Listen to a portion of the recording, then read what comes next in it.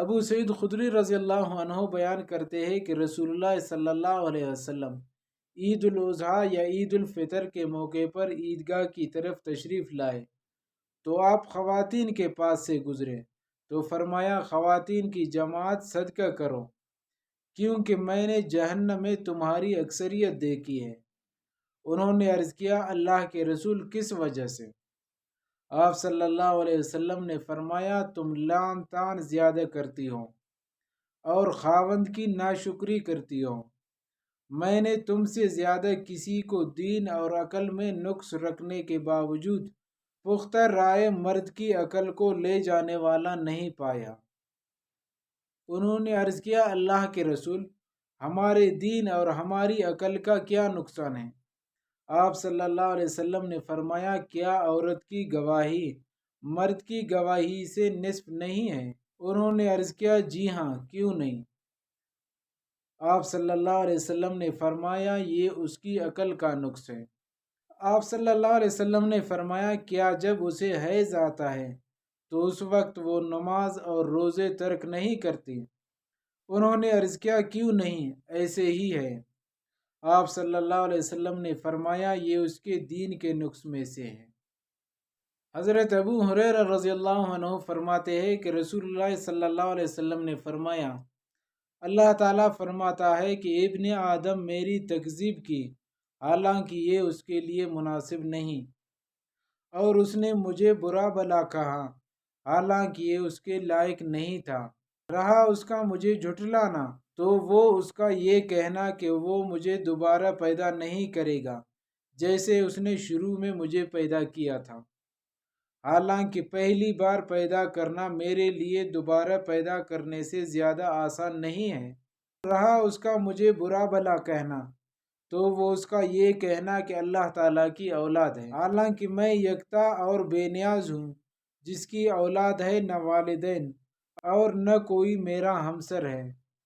حضرت ابو ہریرہ رضی اللہ عنہ فرماتے ہیں کہ رسول اللہ صلی اللہ علیہ وسلم نے فرمایا، اللہ تعالیٰ نے فرمایا، ابن آدم زمانے کو گالی دینے کے باعث مجھے تکلیف پہنچاتا ہے، حالانکہ میں زمانہ ہوں، تمام معاملات میرے ہاتھ میں ہیں، میں ہی دن رات کو بدلتا ہوں۔ حضرت ابو موسیٰ اشعری رضی اللہ عنہ بیان کرتے ہیں کہ رسول اللہ صلی اللہ علیہ وسلم نے فرمایا، تکلیف دہ بات سن کر اس پر صبر کرنے والا اللہ تعالیٰ سے بڑھ کر کوئی نہیں۔ وہ اس کے لیے اولاد کا دعویٰ کرتے ہیں، لیکن وہ پھر بھی ان سے درگزر کرتا ہے اور انہیں رزق بہم پہنچاتا ہے۔ معاذ رضی اللہ عنہ بیان کرتے ہیں کہ میں نبی صلی اللہ علیہ وسلم کے پیچھے گدھے پر سوار تھا، میرے اور آپ صلی اللہ علیہ وسلم کے درمیان صرف پالان کی ایک لکڑی تھی۔ آپ صلی اللہ علیہ وسلم نے فرمایا، معاذ، کیا تم جانتے ہو کہ اللہ تعالیٰ کا اپنے بندوں پر کیا حق ہے؟ میں نے عرض کیا، اللہ اور اس کے رسول بہتر جانتے ہیں۔ آپ صلی اللہ علیہ وسلم نے فرمایا، اللہ کا بندوں پر یہ حق ہے کہ وہ اس کی عبادت کرے اور اس کے ساتھ کسی کو شریک نہ بنائے، اور بندوں کا اللہ تعالیٰ پر یہ حق ہے کہ وہ اس شخص کو عذاب نہ دیں جو اس کے ساتھ کسی قسم کا شرک نہ کرتا ہوں۔ میں نے عرض کیا، اللہ کے رسول، کیا میں لوگوں کو اس کی بشارت نہ دے دوں؟ آپ صلی اللہ علیہ وسلم نے فرمایا، انہیں بشارت نہ دو، ورنہ وہ اس بات پر توکل کر لیں گے۔ حضرت انس رضی اللہ عنہ سے روایت ہے کہ نبی صلی اللہ علیہ وسلم سواری پر تھے، جبکہ معاذ رضی اللہ عنہ آپ کے پیچھے بیٹھے تھے۔ آپ صلی اللہ علیہ وسلم نے فرمایا، معاذ۔ انہوں نے عرض کیا، اللہ کے رسول، سعادت مندی کے ساتھ حاضر ہوں۔ آپ صلی اللہ علیہ وسلم نے پھر فرمایا، معاذ۔ انہوں نے عرض کیا، اللہ کے رسول، سعادت مندی کے ساتھ حاضر ہوں۔ آپ صلی اللہ علیہ وسلم نے پھر فرمایا، معاذ۔ انہوں نے عرض کیا، اللہ کے رسول، سعادت مندی کے ساتھ حاضر ہوں۔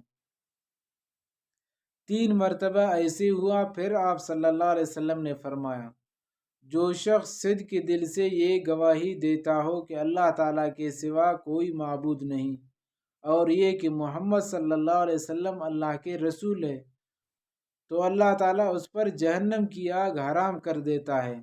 انہوں نے عرض کیا، اللہ کے رسول، میں اس کے متعلق لوگوں کو نہ بتا دوں؟ تاکہ وہ خوش ہو جائیں۔ آپ صلی اللہ علیہ وسلم نے فرمایا تب تو وہ توکل کر لیں گے۔ پھر معاذ رضی اللہ عنہ گناہ سے بچنے کے لیے اپنی موت کے قریب اس کے متعلق بتایا۔